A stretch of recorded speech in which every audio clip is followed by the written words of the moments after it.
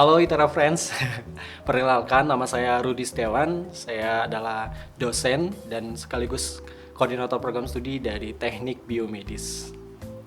Oke, sebelum kita jump in to the main program, boleh nih Pak, kita mulai dengan art session dulu. Jadi di sini ada 2 kanvas. Bapak bisa tunjukin? Oke, ada 2 ya? Ya. Satunya gambar jerapah, Jerapah. satunya gambar kupu-kupu. Kupu-kupu. Nah, mana yang mau Bapak pilih untuk sambil kita ngobrol sambil dilukis? Oke, kalau dari kedua ini sebenarnya saya seneng-seneng aja, tapi saya milih yang ini karena saya suka hewan ya. Oke, giraffe. Iya, giraffes. Nilai seni saya kayaknya nggak besar. Gak apa-apa Pak. Nanti biar Ditantang ya buat lukis malahan ya. Mudah-mudahan dosen DKV nggak nge-review ya nilainya. Pak Rudi, Iya, panggilannya apa nih? Panggilan akrabnya? panggilannya Rudi ya. Nah, Tapi kalau dosen mah biasanya bapak lah ya. oke. Pak Rudi, kesibukannya sekarang apa aja nih? Kesibukan ya biasa tridharma ya Mbak ya, karena kan dosen ya sekaligus kaprodi dan beberapa koordinator kayak TA lah, desain grafis ya, bagian humas dan lain sebagainya di program studi. Selain itu saya juga ketua komunitas, yang mana komunitas Hibain udah sekitar 4 tahun saya dirikan gitu, komunitas sosial lah kayak gitu. Kemudian satu lagi saya ngerintis usaha ya, jual-jual perlengkapan kebutuhan sensor-sensor lab kayak gitu, namanya Biotronik kayak gitu. Sisanya ya jadi bapak 1 anak dan suami. Keren-keren. Terutama yang satu konten yang Yang mana nih? jawaban boleh nggak diacak? Oh iya, iya. Itu idenya dari mana Pak? Kebetulan kan memang saya tuh suka memperhatikan konten-konten dari luar kayak gitu. Jadi kadang saya sesuaikan lagi dengan kebutuhan ataupun permasalahan saya sebagai seorang dosen. Nah, jadi kebetulan saya kemarin itu diskusi sama mahasiswa saya bilang, ayo guys, mau bikin konten nggak kayak gitu. Ternyata ayo Pak, ayo pada semangat, yang mau ayo kesini saya bilang. Jadi pada duduk tuh rapi-rapi, terus saya bilang saya punya konten gini, ada A ada B, kira-kira kalian mau yang A apa yang B nih? Terus mereka bilang yang B aja Pak, seru. Jadi ya udah kita lakukan, mahasiswa yang rekam kayak gitu, kita gantian, malah mahasiswanya yang kayak support gitu saya untuk bikin video. Wow. Terus kenapa sih sebenarnya tertarik jadi dosen? Dosen kan tugasnya udah banyak nih. Betul. Terus juga bisa jadi sekaligus konten kreator. Oke. Ya kalau kenapa jadi dosen sebenarnya telanjur ya kemarin ya. Telanjur, tapi ternyata saya punya passion ya, saya seneng ngobrol, saya seneng encourage seseorang, saya seneng memotivasi. Saya pikir sebagai edukator ataupun dosen itu cocok kayak gitu, dan emang di tempat yang tepat saya rasa sebagai seorang dosen. Nah, kalau konten kreator sebenarnya dari dulu tuh saya hobi berbau desain grafis, editing video kayak gitu-gitu ya. Kebetulan kan di prodi juga kayak gitu. Terus saya juga kalau di komunitas organisasi itu sering jadi koordinator media, Pak. Nah, jadi pas dulu-dulu saya sering upload, cuma sekedar upload aja. Nah, kemarin waktu kejadian sebelum lebaran, saya upload tuh. Saya datang, mahasiswa belum datang. Jadi saya bikin video, ya udah sekedar kayak mengungkapkan rasa menunggu mahasiswa sekitar 30 menit sejam seperti itu. Ya udah saya upload, ternyata FYP. Nah, dari itu banyak yang nonton. Biasanya paling tinggi saya mentok cuma 11.000. Nah, itu sampai 28.000. Nah, diomongin sama mahasiswa, Pak, FYP. Saya pikir kayaknya sudah dapat validasi nih. Sudah dapat validasi, ya udah gas terus lah. Jadi akhirnya ngerasa kalau kita bicara di publik itu audiensnya lebih banyak kayak gitu, ketimbang kalau saya di kelas hanya ngomong ke beberapa mahasiswa, atau kalau secara dosen perwalian ngasih sarannya cuma 1-2 mahasiswa seperti itu. Kalau di sini kan segala sarannya itu bisa didengar bahkan seluruh Indonesia seperti itu. Lebih jauh gitu kira-kira.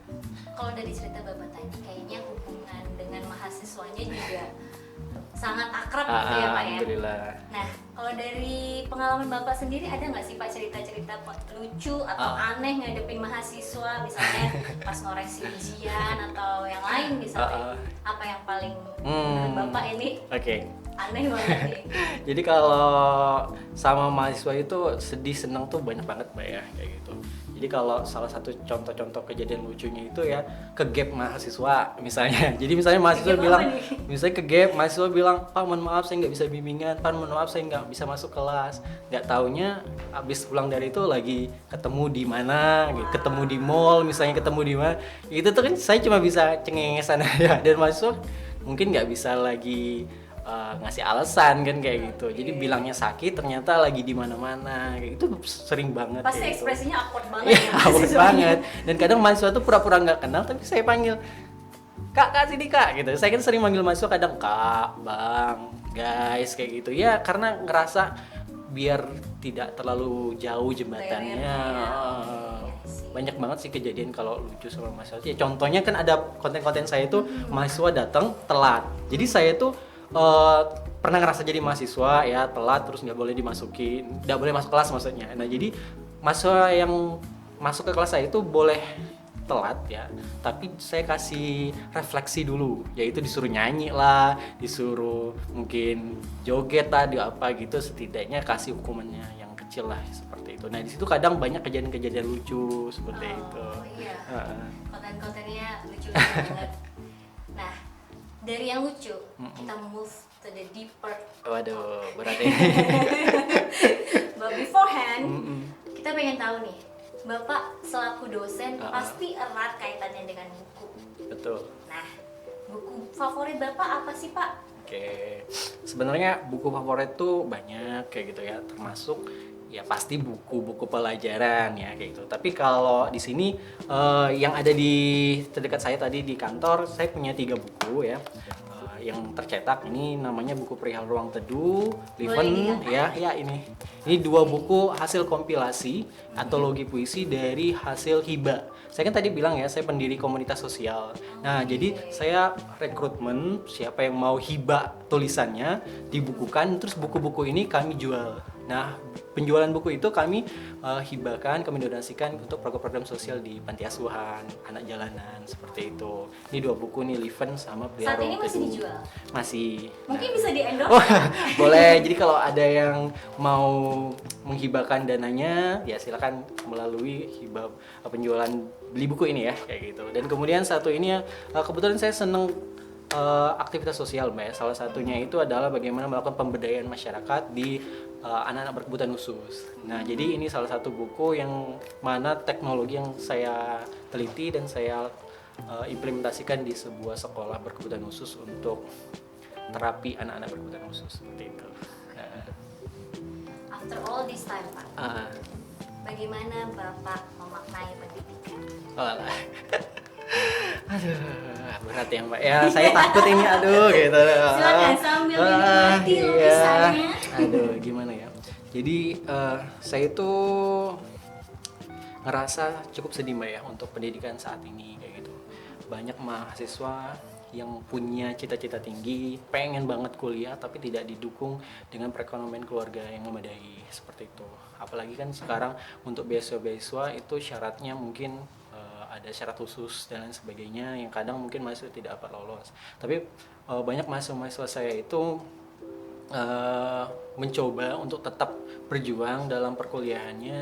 Nah, di situ kadang ada titik sedihnya saya gitu ya. Artinya tidak hanya 1-2 mahasiswa yang butuh didorong, dibantu, tapi banyak banget gitu. Nah, itu tuh merefleks saya terhadap pengalaman saya dahulu Mbak gitu. Kebetulan kan saya 4 bersaudara. Nah, 2 kakak saya sama orang tua saya ini enggak kuliah sama sekali. Jadi saya itu terpaksa memberanikan diri untuk kuliah, itu juga dorongan dari orang tua biar setidaknya mengangkat derajat keluarga Mbak ya, kayak gitu niatnya. Nah, jadi mulai mencari beasiswa dan lain sebagainya, ya pinjam sana sini waktu dulu orang tua berjuang. Nah, jadi saat jadi dosen ya saya ngerasa saya mesti menjadi support system bagi mahasiswa saya kayak gitu. Ya selagi saya mungkin berlebih kadang ya kita cari jalan keluar, tapi mungkin kalau seandainya tidak ya kita coba cari jalan keluar yang lain seperti itu. menurut Bapak nih, privilege Bapak itu apa? Dari cerita Bapak tadi. Oke. Privilege dari saya itu adalah saya itu masih punya harapan dan saya percaya dengan harapan. Di saat orang lain tidak percaya dengan sebuah harapan, saya percaya bahwa seorang yang mungkin berasal dari keluarga yang bukan apa-apa punya kesempatan yang sama untuk menjadi seseorang yang punya ataupun yang bisa didengar nantinya. Dan alhamdulillah saya membuktikan itu. Seperti itu. Yang saat ini setidaknya mahasiswa saya mendengar apa yang saya sampaikan. Seperti itu. Oke. Bapak pernah burn out gak sih? Waduh. Ngadepin itu semua, karena kan pasti untuk menjadi agent of change itu nggak gampang. Betul. Oke. Jadi kalau ditanya burnout ya manusiawi mbak ya, karena kan tingkat stres seseorang itu berbeda-beda. Nah, kalau jadi seorang dosen, tingkat stresnya itu adalah bukan karena menghadapi mahasiswa, bukan karena mengajar, tapi memang tingkat administratif yang tinggi. Kita dituntut untuk bagaimana menjadi superhero ya, semuanya harus bisa kayak gitu. Nah di situ kadang ada burnoutnya kita ya. Bagaimana mungkin relate dengan kondisi tadi, apa yang didapat seorang pengajar di Indonesia saat ini mungkin masih belum sesuai dengan apa yang dikerjakannya. Itu burnout seperti itu. Terkadang ada tuntutan kita terhadap kehidupan pribadi dan kehidupan profesional kita yang kadang itu selalu berbenturan seperti itu. Dan burnout yang lain sih ya tuntutan itu kan selalu ada mbak ya, seperti kita merasa kita sudah ngajar se-effort mungkin, ternyata mahasiswa tuh tidak sampai. Nah di situ kadang saya OVT mbak, saya overthinking gitu, berpikir ini ada yang salah apa dengan saya gitu, nah apa yang kurang dan lain sebagainya. Ternyata OVT itu bisa menyebabkan ya tadi tingkat stres yang berlebih sehingga burnout,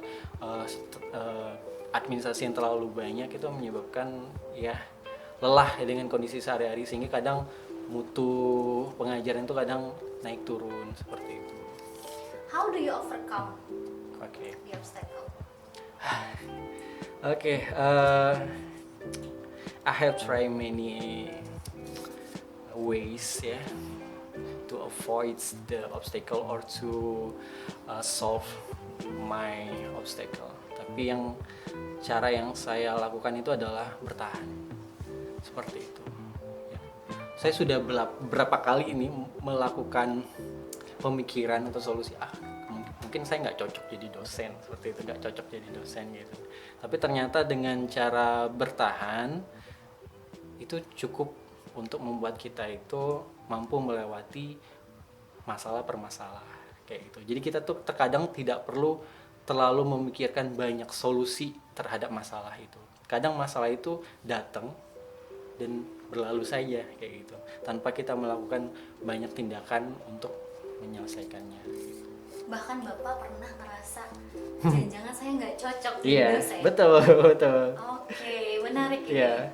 Kalau gitu dari sudut pandang Bapak dengan pengalaman Bapak seperti itu, apa sih Pak yang menurut Bapak Gen Z kan banyak, mahasiswa kan banyak Gen Z Betul, nih. betul. Apa sih yang dibutuhkan mereka supaya kuliahnya itu bersemangat dan bisa juga menghadapi hal-hal terkait mental health? Oke, Mbak. Jadi kebetulan saya itu punya hampir 130 mahasiswa wali dan 37 mahasiswa TA yang masih aktif, Mbak. Itu tuh sangat membuat burnout, Mbak. Ya, bagaimana kita dituntut agar mahasiswa ini lulus tepat waktu, seperti itu dan lain sebagainya. Nah, jadi yang membuat saya menilai dari beberapa mahasiswa saya itu memang kebanyakan mahasiswa itu ternyata ngerasa salah jurusan, Mbak ya. Jadi sehingga akhirnya mereka seiring waktu itu di kampus itu ngerasa seperti ya daun yang ditiup angin atau daun yang jatuh ke air terus ya udah ngalir gitu aja, sehingga mereka tuh seperti tidak tahu kemana karirnya, apa yang harus saya lakukan, apa pengembangan soft skill dan hard skill yang saya lakukan seperti itu. Jadi mereka ngerasa ya udah saya jurusan yang ya udahlah jalanin aja. Nah hal-hal itu yang sebenarnya mesti dibantu oleh kita selaku dosen ke mahasiswa ini, seperti itu, bagaimana mengarahkan kelebihan mereka masing-masing. Nah itu kayak seperti saya punya 130 mahasiswa wali, itu tuh otomatis 130 ini punya identitinya beda-beda, uniknya beda-beda. Nah itu bagaimana kami sebagai dosen tuh harus jeli mencari kelebihan mereka masing-masing kayak gitu, Mbak. Oke, satu orang mungkin nggak bisa membawa banyak perubahan. Betul banget. Tapi yang kita lihat Pak, di prodi biomedis dari kacamata humas, Ada. termasuk penghasil budaya prestasi mahasiswa yang banyak diperitai. Alhamdulillah. Nah, apa sih prestasi yang menurut Bapak paling berkesan banget? Yang paling Bapak ingat? Ada nggak mahasiswa yang menurut Bapak prestasinya sangat-sangat dalam maknanya buat Oke. Bapak? Jadi semua prestasi yang di teknik biomedis, masuk teknik biomedis capai itu alhamdulillah semuanya sangat mempunyai kesan bagi kami ya. Tapi yang mungkin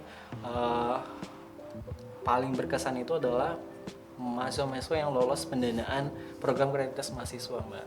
Karena program kreativitas mahasiswa ini sangat sulit sekali buat mahasiswa itu untuk lolos ya, dan sangat sulit sekali kami sebagai dosen untuk melakukan pembimbingan seperti itu.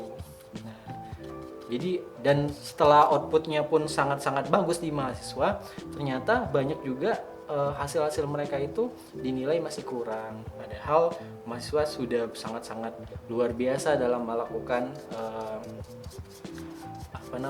melakukan kegiatannya seperti itu. Oke, terus kita jadi penasaran nih Pak kalau melihat ada prodi yang menonjol dalam hal prestasinya. Kebiasaan-kebiasaan apa sih yang ditanamin di prodi yang khas banget, mungkin ada di biomedis dan nggak ada di prodi yang lain, untuk numbuhin hasrat nih? Iya. Oke. Jadi kalau dibilang ya masuk biomedis gini-gini, enggak, sebenarnya sama aja ya, kita sama-sama punya mahasiswa dengan jumlah yang banyak. Nah jadi kami ini hanya memberikan environment yang sangat positif, bagaimana mereka ini bisa tampil menunjukkan bakatnya masing-masing. Ada yang kami support untuk ya ada olahraga, tinju lah, senam lah, lari lah kayak gitu, ataupun silat. Nah ada juga yang punya bakat di bidang STEM, sains dan teknologi. Nah itu kami support berdasarkan kebutuhan dan minat mereka masing-masing. Nah di teknik biomedis kami berikan mereka encourage berupa nilai, kemudian berupa approval seperti itu, validasi. Misalnya mereka bisa menang ini, mereka cukup mengirimkan tugas hanya beberapa seperti itu. Dan mereka pun paling penting itu adalah bagaimana kami dosen selalu memberikan waktu terbaik kami untuk mampu membimbing mereka seperti itu. Jadi kami tidak hanya ya udah kalian lomba, tapi ya udah kita nggak ngebantu mereka. Nah itu yang mungkin kelebihan di kami selalu merasa selalu bisa menyempatkan waktu untuk mahasiswanya. Sebagai dosen yang konten, misi khusus apa Pak yang sebenarnya ingin Bapak sampaikan ke halayak? Oke, ya. Kalau teman-teman lihat akun saya ya, saya nge-branding dari saya tuh dosen wali daring. Ya. Apa itu? Jadi bagaimana konten-konten saya itu bisa menjadi support system bagi mahasiswa yang salah jurusan, yang ngerasa burn out terhadap kuliahnya, yang ngerasa runtuh terhadap cita-citanya, atau nggak tahu sih kemana dia akan berlabuh. Nah itu saya pengen konten-konten saya itu bisa, ayo semangat kamu bisa. Nah, jadi saya ingin melalui konten-konten saya itu banyak mahasiswa termotivasi kembali atau bisa menemukan jalannya seperti itu. Ya harapannya seperti itu. Awesome. Now you can showing the art. Aduh. Kita mau lihat GIF-nya jadinya seperti apa? Okay, I'm so sorry about my result, but yeah, okay, because I don't have skill for art. Can you show us closer, Pak? Okay. Okay, this is the GIF. Last closing question, Okay. Pak. Apakah Bapak sudah mencapai makna hidup Bapak? Jadi pertanyaan sulit. Ya. Tapi saya merasa saat ini menjadi seorang dosen saya sudah mencapai makna hidup, bahwa makna hidup itu adalah saya dapat bermanfaat sebaik-baiknya untuk orang lain, dan bagaimana ilmu yang saya peroleh dapat dimanfaatkan oleh orang lain. Terima kasih. Deep Talk, karena yang dari hati pasti sampai di hati.